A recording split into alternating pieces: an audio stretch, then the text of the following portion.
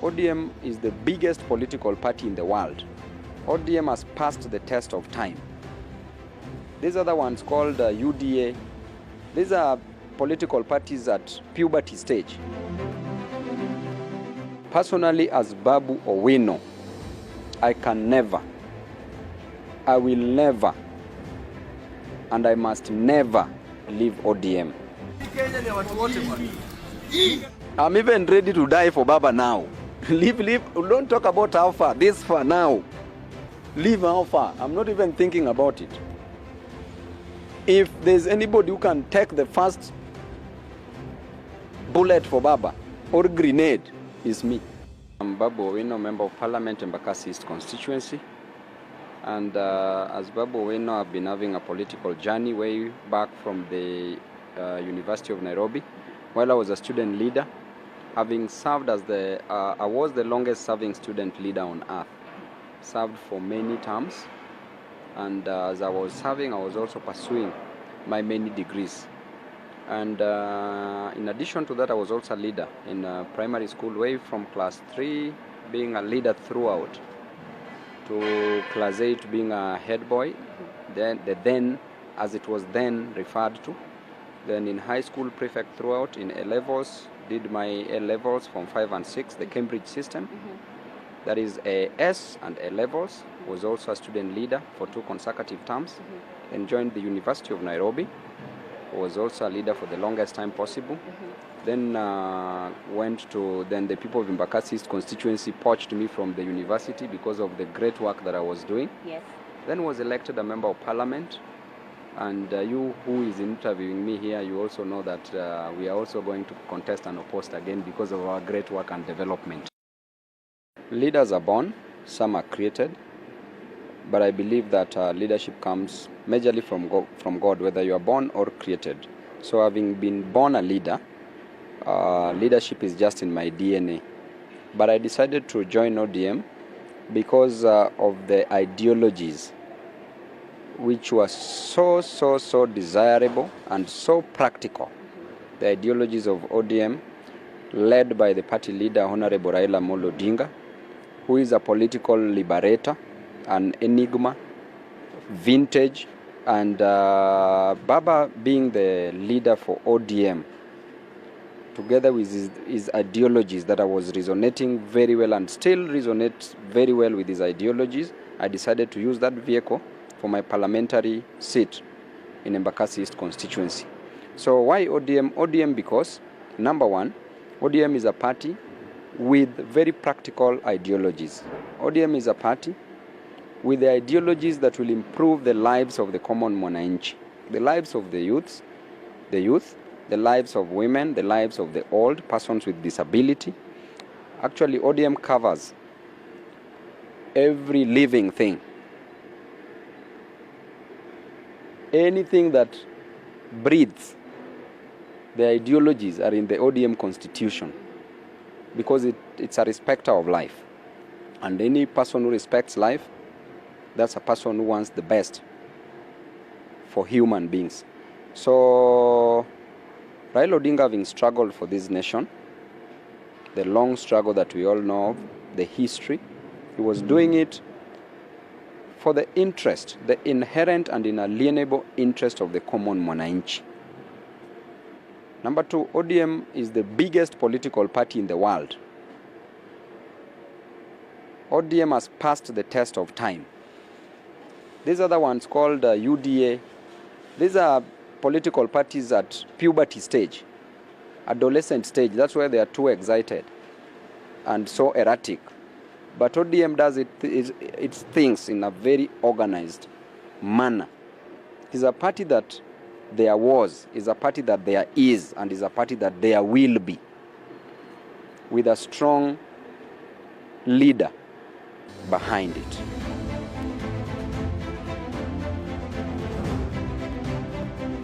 Personally, as Babu Owino, I can never, I will never, and I must never leave ODM.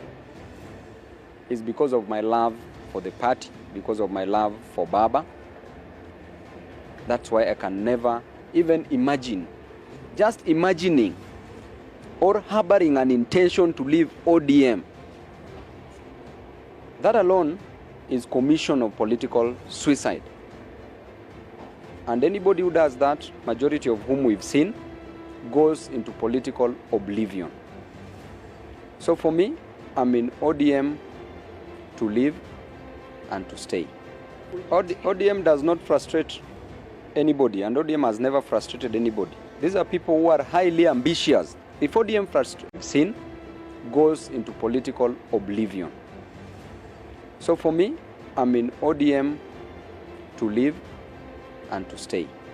ODM does not frustrate anybody, and ODM has never frustrated anybody. These are people who are highly ambitious. If ODM is frustrating people, why is Babu here as a youth? If it is frustrating youth, why is Babu Owino here as a youth? Why is Caleb Amisi there? Why is Edwin Sifuna there? Why is Teddy Mwambire there? Why are the likes of Mark Nyamita there? Why were they being selected? Why were they being elected on ODM party?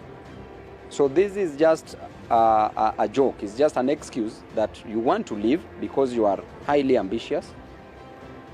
And because of that, you just make a decision that, okay, enough is enough, I want to be on my own. You are allowed democratically. But you must never abuse ODM, because that is where your foundation was built. That is where you moved into getting other better things in the political arena. And let me tell you, a woman who leaves a man with a vision for a man with a television will soon see the man with a vision in her husband's television. So that is ODM and UDA. The only time ODM was part of the government was in 2007 when Baba was a prime minister. And we see the infrastructural development that took place during that period. Actually, ever since Kenya was born, that is the period that everybody will attest, will agree, that there was rise, there was growth in economy of our nation when Baba was at the helm of leadership. Since then, we saw what happened. We know what happened. ODM has never formed the government. Therefore, we should not blackmail ODM. We should not say that ODM should now give you jobs while there's a government in place that promised 1 million jobs. Now they are promising 4 million jobs. A person who mathematically is a dwarf. Because if two couldn't deliver 1 million jobs, how can one deliver 4 million jobs? So that is a lie. But instead, they can deliver wheelbarrows. That's why I said, a woman who leaves a man with a vision and falls for a man with a television will soon see the man with the vision in her husband's television. So the man with the television here is DP with a wheelbarrow. The man with the vision here is Baba. I'm even ready to die for Baba now. Leave. Don't talk about how far. This far now. Leave how far. I'm not even thinking about it.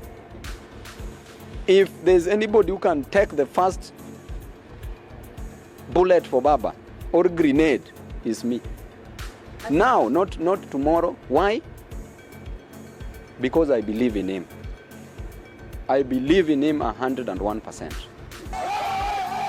Baba plays major roles in my life. A fatherly role, generally when it comes to matters of handling a family. He is like my father. So he advises me, matters marriage, matters family, how to bring up kids, matters education, we talk about it, matters economics, financial matters, we talk about it, political matters, we talk about it, religious matters, we talk about it. We simply talk about all the ails of life with Baba. So that is how much he means to me. Not just a political leader to me, but he's a father to me. To me, the only currency I transact in is loyalty. Loyalty is royalty to me. That is the only currency I recognize. I don't recognize any other currency because that's short term. Loyalty to me is everything. That is long term.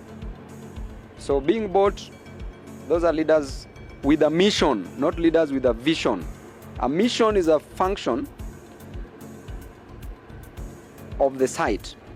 A vision is a function of the heart. Mission, a missionary leader sees now. A visionary leader sees tomorrow.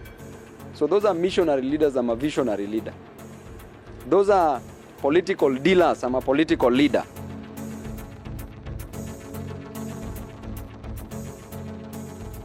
Ruto was like a prodigal son, but a greedy one for that matter, extremely greedy for that matter. Why? Because in the Bible there was a prodigal son who requested the father for his part of the share, then went, suffered, but came back. But this one is suffering and still suffering in silence, but in the desert. He doesn't want to come back. If it's a conditional clause, we are talking about when Baba becomes the president. If Ruto becomes a conditional clause, on condition that President of the Republic of Kenya is not even zero, is negative. Negative is smaller than zero. Zero is bigger or greater than negative. So let's talk about when Baba becomes the president. Stop perverting your mind with these negative issues of Ruto.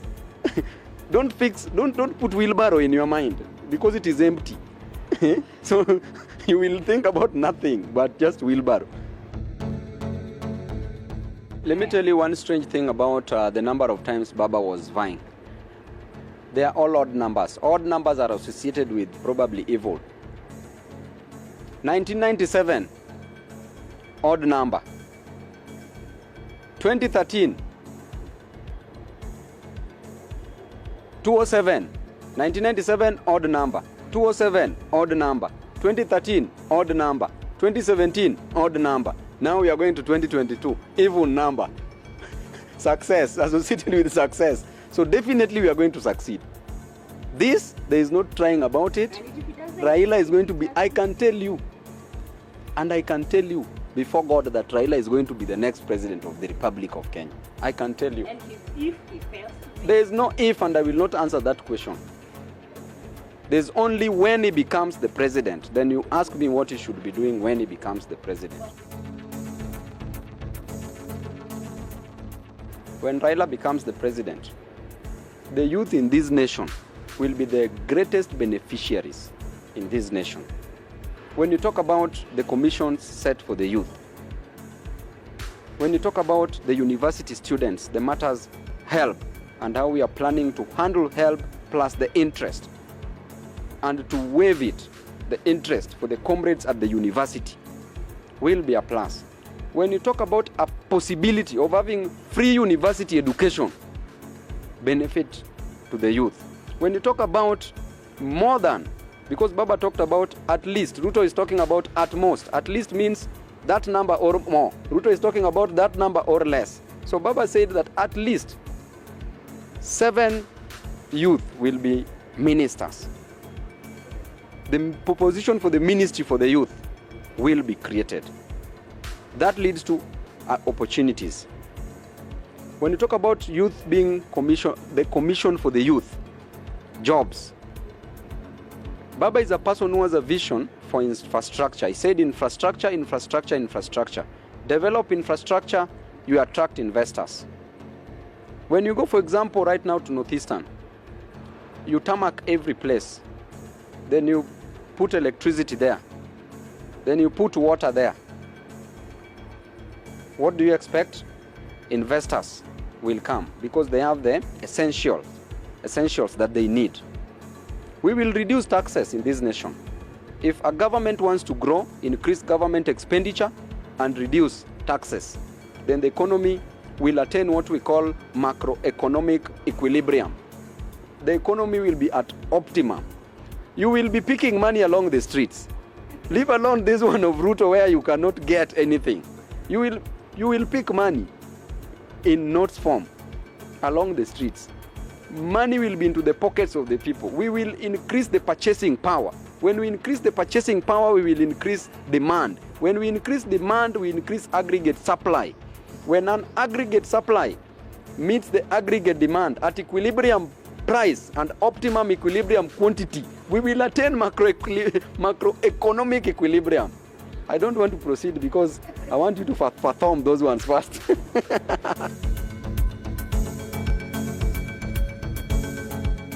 I want to go for a member of parliament again, and I will be the next member of parliament again for Embakasi East constituency unopposed, and I will work for the people. Nitawachosha na kazi venye jinsi ambavyo nimewachosha na kazi.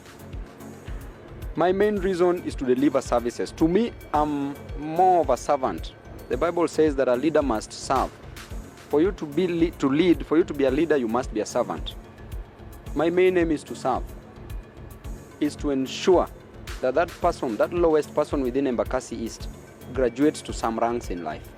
To ensure that that student who is lacking school fee gets bursaries and scholarship to go to school.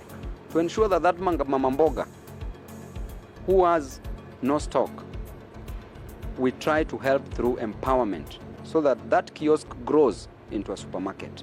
To ensure that that boda guy buys a tuk-tuk or a matatu. It is about growth and growth and growth. And that is what has been happening in Embakasi East constituency. That's why you can't hear of any aspirant contesting in Embakasi East now. We have a few months to elections, but there is no any other aspirant. Have you heard any?